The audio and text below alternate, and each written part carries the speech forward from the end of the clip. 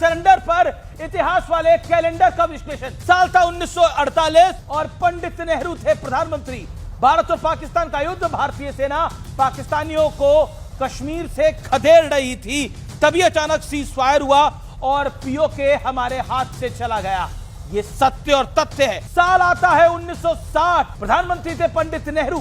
पाकिस्तान से समझौता होता है कि सिंधु नदी का 80% पानी पाकिस्तान को देने का समझौता होता है और वो तब होता है जब पाकिस्तान पीओके ले चुका होता है। इसी समझौते को निष्क्रिय कर दिया है नरेंद्र मोदी ने। 1962 का साल था, भारत चीन युद्ध था।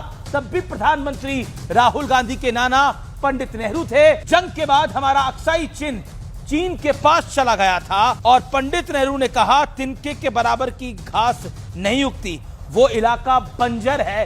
ये कहा था पंडित नेहरू ने अक्साई चिन्ह के लिए जो चीन ने कब्जा लिया था। अब आता हूं मैं जनवरी 1963 पर, जो निशिकांत दुबे का आरोप है। तब भी प्रधानमंत्री पंडित नेहरू ने चीन के पीएम को एक पत्र लिखा।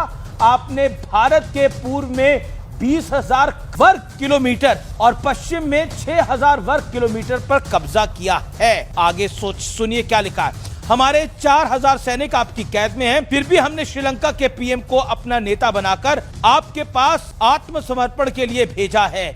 ये सोचिए, ये पंडित नेहरू की चीन के प्रधानमंत्री को चिट्ठी थी। सरेंडर किसने किया था?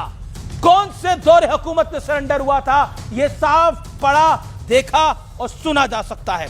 26/11 में मुंबई का हमला होता है। इसके बाद 1971 का साल आता है। 1971 का साल आता है, भारत पाक युद्ध। प्रचंड जीत के बावजूद पाकिस्तान से पीओके हम नहीं ले पाए थे। 93,000 हमने पाकिस्तान के सैनिक छोड़े, लेकिन 54 सैनिकों पर कोई बात नहीं की गई। यानी वो मिसिंग 54 अभी भी एक पहेली है।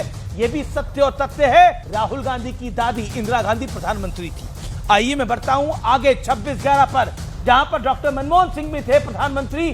सोनिया गांधी भी उस सरकार को चला रही थी और राहुल गांधी भी उस सिस्टम के हिस्सा थे। और पाकिस्तान का सीधा हाथ होने के बावजूद कोई एक्शन नहीं लिया गया। पाकिस्तान पर स्ट्राइक के लिए एयरफोर्स तैयार थी, लेकिन कांग्रेस की सरकार ने हाथ बांध दिए थे और इस सरकार को लेफ्ट और सपा दोनों का समर्थन था। आज जो सब लोग डिमांड कर रहे हैं पीओके लाओ, कहां थे तब वो लोग?